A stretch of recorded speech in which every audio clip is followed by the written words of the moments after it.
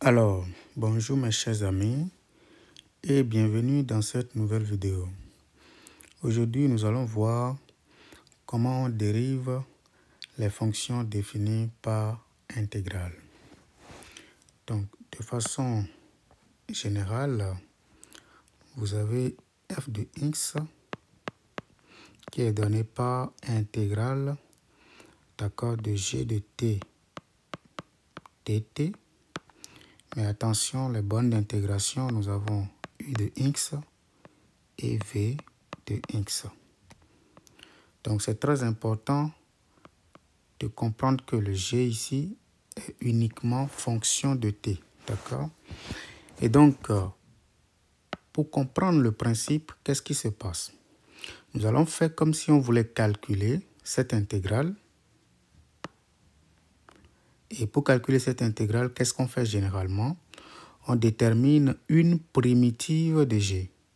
Si j'appelle grand G une primitive, ça veut dire tout simplement que f de x est égal à grand G, d'accord, de t pris entre u de x et v de x. Et donc, par calcul, ceci c'est exactement g de v de x moins g de u de x. Et donc, quand on passe à la dérivée de f, on voit clairement qu'il faut, ça c'est une fonction composée, et donc il faut d'abord dériver v, ce qui donne v' de x, multiplié par g' de v de x, ça c'est la formule pour dériver les fonctions composées. Moins maintenant, on fait la même chose ici, on dérive d'abord u, multiplié par la dérivée de g composée avec u de x. Mais qu'est-ce que nous savons sur grand G? Grand G, c'est une primitive, d'accord, de petit g. Et donc, sa dérivée, la dérivée de grand G, en fait, c'est petit g. Donc, je vais écrire que ceci, c'est égal à v' de x multiplié par g appliqué, d'accord, en v de x, moins maintenant, on fait la même chose, u' de x multiplié par la dérivée de g, encore une fois, c'est g de u de x tout simplement. Donc ça, c'est le principe. On résume en disant tout simplement que si nous avons une fonction qui s'écrit sous la forme intégrale allant de u de x à v de x, de g de t dt, pour dériver cette fonction, on considère ici dans notre vidéo que notre objectif, ce n'est pas de déterminer l'ensemble de dérivabilité. On veut juste calculer la dérivée.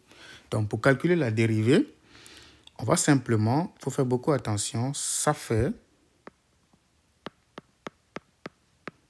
d'accord, on va dériver la borne supérieure de l'intégrale, d'accord. Donc, ça va être la dérivée de tout ça, qui n'est rien d'autre que v' de x multiplié par. Donc, on prend maintenant le g qui est ici, on ne dérive pas g, c'est très important. On ne dérive pas g, donc ça fait g de, d'accord, et on remet le v de x, très important. Moins maintenant, on fait la même chose avec la borne u, donc moins maintenant, u' de x multiplié par g de, d'accord, et on met maintenant le u de x tout simplement, c'est tout. Dès qu'on comprend ça, c'est fini, on peut tout faire. Donc, dans cette formule, vous allez voir qu'en réalité, on ne dérive que les bornes, principalement. Donc, vous avez ici, on dérive v, et ici, on dérive u, tout simplement. Donc, principalement, pour calculer la dérivée des fonctions définies par intégrale, les seules dérivées qu'on effectue de façon concrète sont la dérivée de v et la dérivée de u. On va l'appliquer ici avec nos exemples pour voir ce que ça va donner. On peut regarder la toute première fonction. Nous avons intégré allant de 1 à sinus de x de la racine carrée de 1 moins t carré dt. Ok, allons-y. Donc ici, nous avons f de x. égale intégrale allant de 1 à sinus de x racine carrée de 1 moins t carré dt. Vous voyez ici, dans l'explication que nous avons donnée, c'est tout ça là qui s'appelle g de t. D'accord? La borne v, c'est sinus de x, et la borne u, d'accord, c'est la fonction constante égale à 1. Donc, pour dériver, qu'est-ce que nous allons faire? Nous allons dire que la dérivée de tout ceci, c'est égal. On commence par dériver la borne sinus. Sa dérivée, c'est quoi? Ça fait cosinus de x. D'accord? Multiplié par... Donc, on va calculer maintenant l'image en sinus. Donc, multiplié par la racine carrée de 1 moins. Donc, à la place de t, on remet le v. Donc, ça fait sinus au carré de x. Le v, c'est sinus de x. Donc, son carré, on cherche son carré. Donc, moins maintenant, la dérivée, d'accord, de la fonction constante égale à 1 qui vaut 0, multiplié par la racine carrée de 1 moins, d'accord, u au carré. U, c'est 1, donc ça fait 1 moins 1 au carré. Et tout ceci maintenant, ça fait cosinus de x, d'accord, racine carrée de 1 moins sinus carré, on sait le faire, c'est cosinus carré de x moins 0 de l'autre côté. Et donc, on obtient tout simplement cosinus de x multiplié par la valeur absolue du cosinus de x tout simplement. Donc ça va être exactement la dérivée. D'accord? Et en fonction de l'intervalle dans lequel on travaille, on pourrait se séparer de la valeur absolue. D'accord? Donc, le principe est là. D'accord? On comprend désormais comment ça marche. Et puis, on va l'appliquer pour... On va faire un deuxième exemple. Mais avant de faire un deuxième exemple, j'aimerais donner, d'accord, un petit exemple beaucoup plus subtil pour essayer de comprendre. Donc, vous avez ici f de x. Je vais donner la même chose comme tantôt là. Intégrale allant de 1 à sinus. D'accord? De x.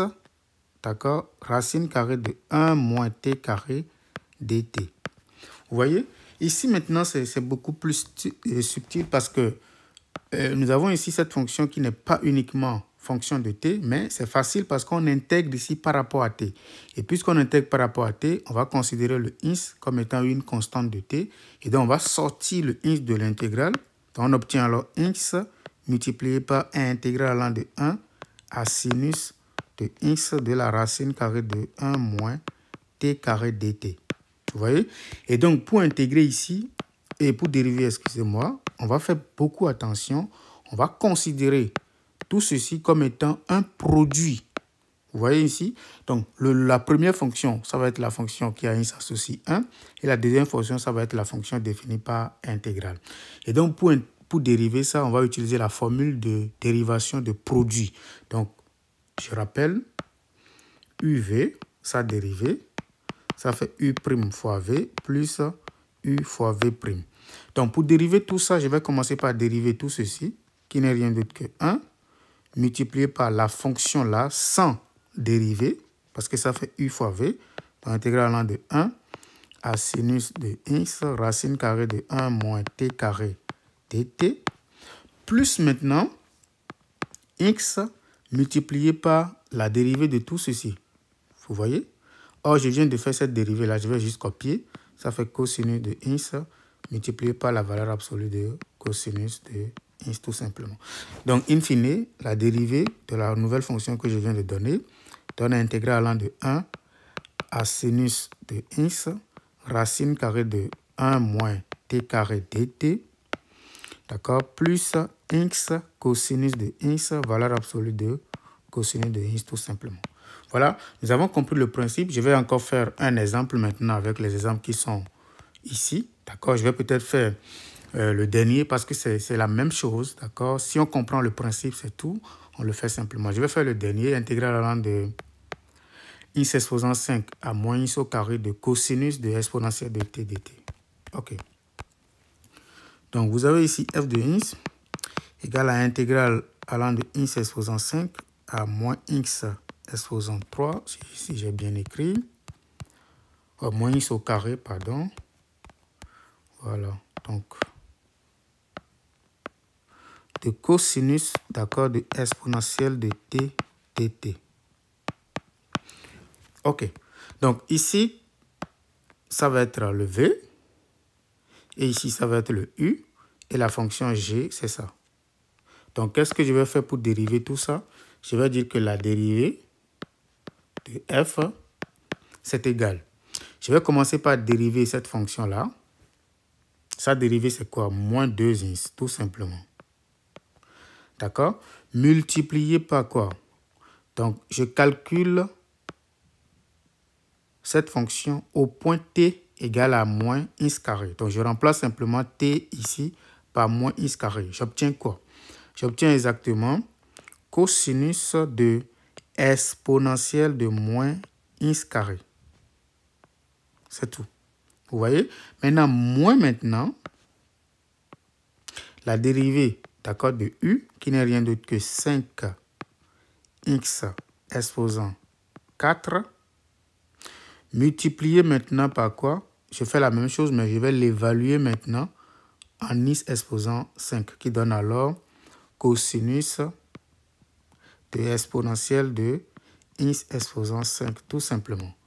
Et donc, s'il y a possibilité de réduire, je vais écrire simplement que nous avons ici moins 2x cosinus de exponentielle de moins x au carré moins 5x exposant 4 cosinus de exponentielle de x exposant 5 tout simplement. Donc ça va être la dérivée. Donc, on applique le principe pour les deux autres cas et puis nous avons les dérivées. Parfait, c'est la fin de cette vidéo.